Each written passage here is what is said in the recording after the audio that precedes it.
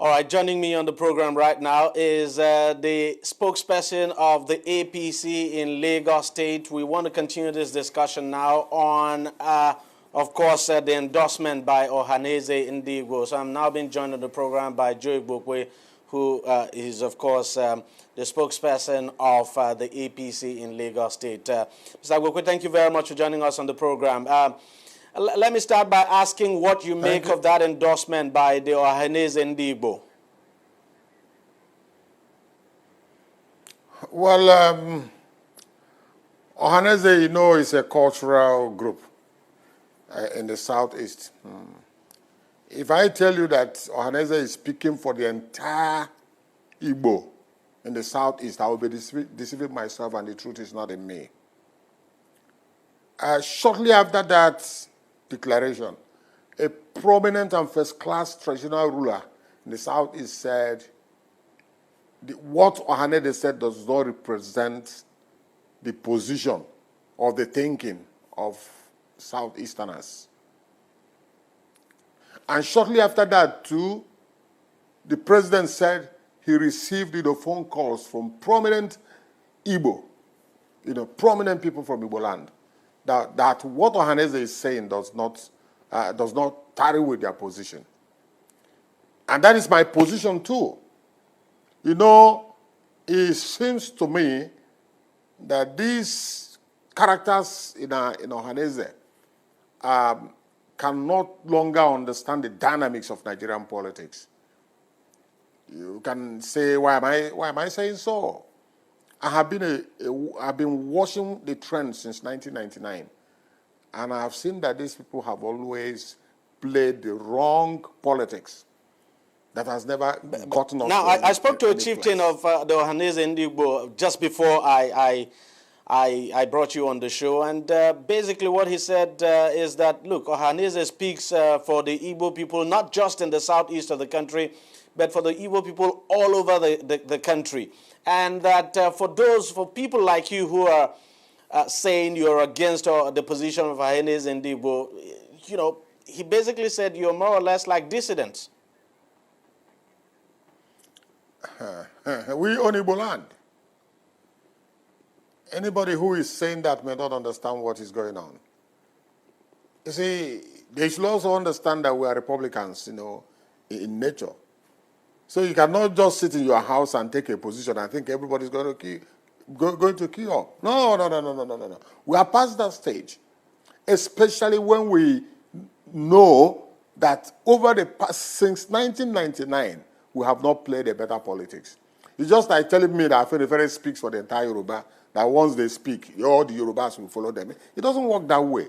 Those cultural organizations are fading away.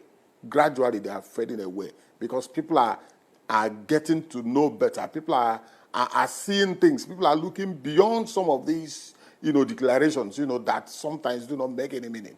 In 2015, you saw their stand. You saw the stand of the Afenifere in Lagos, even OPC. But it didn't change anything. Now, another thing I want to ask you is, look, there's also the contestation from, especially from members of Ohanaeze Ndigbo that, look, your party has basically not done anything much in the Southeast, that under the present government, the Southeast is more or less marginalized, that some of the projects that your party says it is carrying out in the Southeast of the country, they are just on paper, but on ground, there's nothing to show for those projects. I am from Southeast. And if they are not seeing it, I am saying it. That they have always been in PDP since 1999. And let them point one project they can say PDP did in 16 years. But APC 3 years, you can see what's going on Enugu Port Harcourt Expressway. I can see project going on from Onitsha Enugu Expressway. I can see Newu-Okigwe Road going on. I can see Second Niger Bridge going on. I can see private PPP power project in area market in Aba going on. I mean, electricity, to Aba International Market. There are other projects time and space will not permit me to remember here, to recall here. But this is what we have gained over the past 3 years. We didn't see that in 16 years. You see, these people have refused to speak the truth. Hate has overclouded their sense of thoughts and sense of reasoning, and that is the reason. It's not that they are not seeing it, but they don't want to admit it. But let me ask you, why would you, for instance, not support one of your own? The vice presidential candidate of the PDP is from the southeast of the country. No. We're not talking about VP. We're talking about the presidency. If our people understand real politics, real dynamics of politics, they should go behind APC and position themselves for the #1 slot in 2023. That's what we've been saying. But they cannot say it. 2002, 2023, and 2027. Which one is shorter?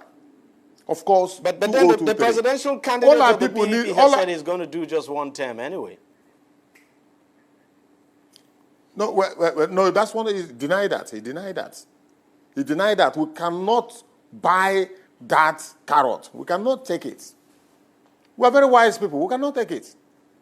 Our best bet, first, we cannot trust PDP.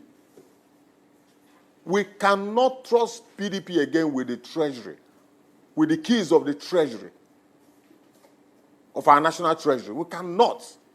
So going to queue behind PDP is a lost game. We are seeing it as a lost game, lost exercise. So they're just dissipating energies for nothing, because this election has been won and lost. I'm wondering why they are not seeing it. This kind of thing played out in 2015. And we analyzed it to them. But unfortunately, they didn't say it. And they wept in 2015. Let me tell you, they will be weeping again in 2019. And how do you think the election will play out in the southeast of the country? The presidential election? It's not going to do much. See, PDP is going nowhere. That is one thing they have failed to understand. PDP will not win anything the presidency in 2019. It's not just possible.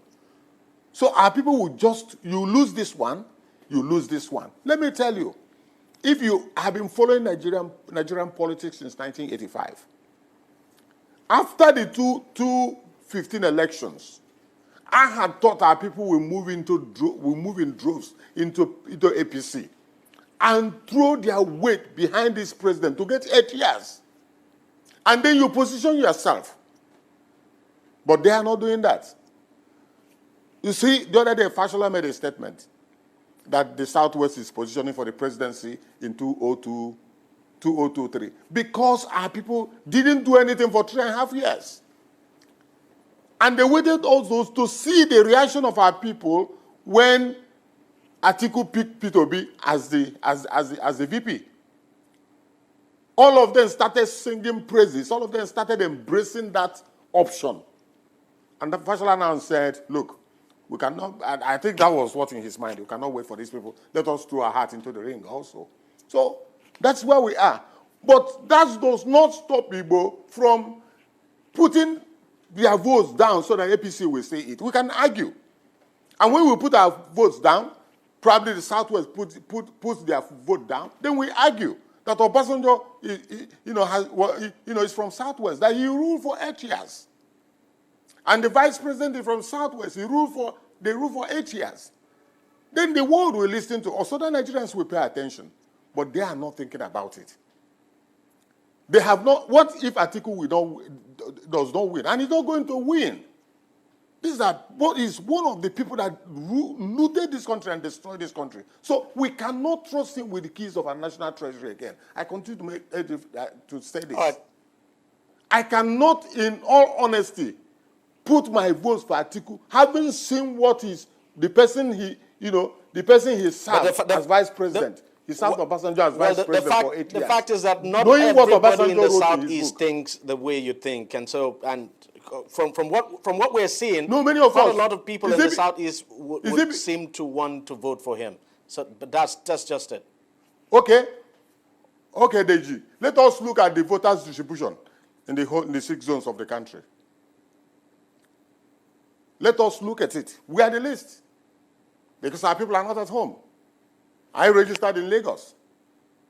So, the votes we count. The votes we count. And that's what we're telling them. You know, probably because of my many years in the Southwest, I've seen a lot, I've learned a lot. That's why we're saying this. They may not see what we are seeing until after 2019.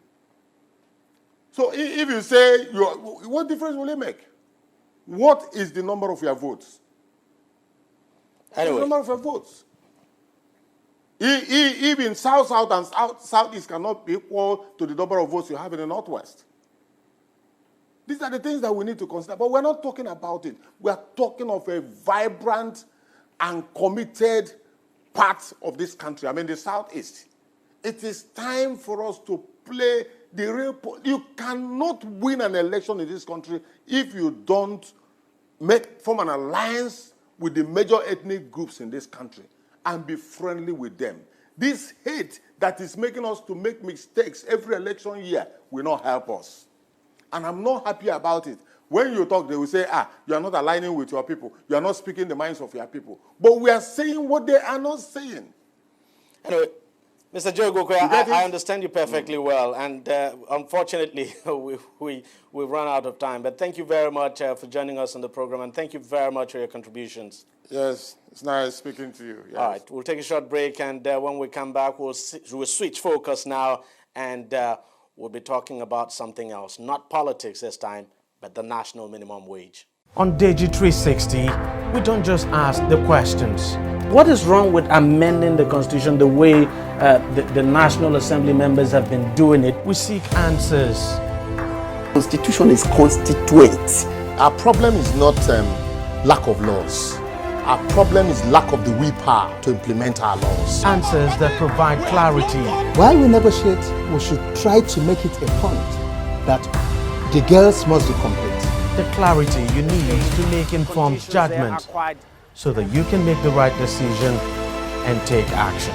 People are saying it is you politicians that are responsible for this, that you are the reason why this is happening. All these dollars that call themselves governors in this country. I wish we had people like Tony at the National Assembly. God forbid that I go to join that panel. Deji 360, providing clarity to issues.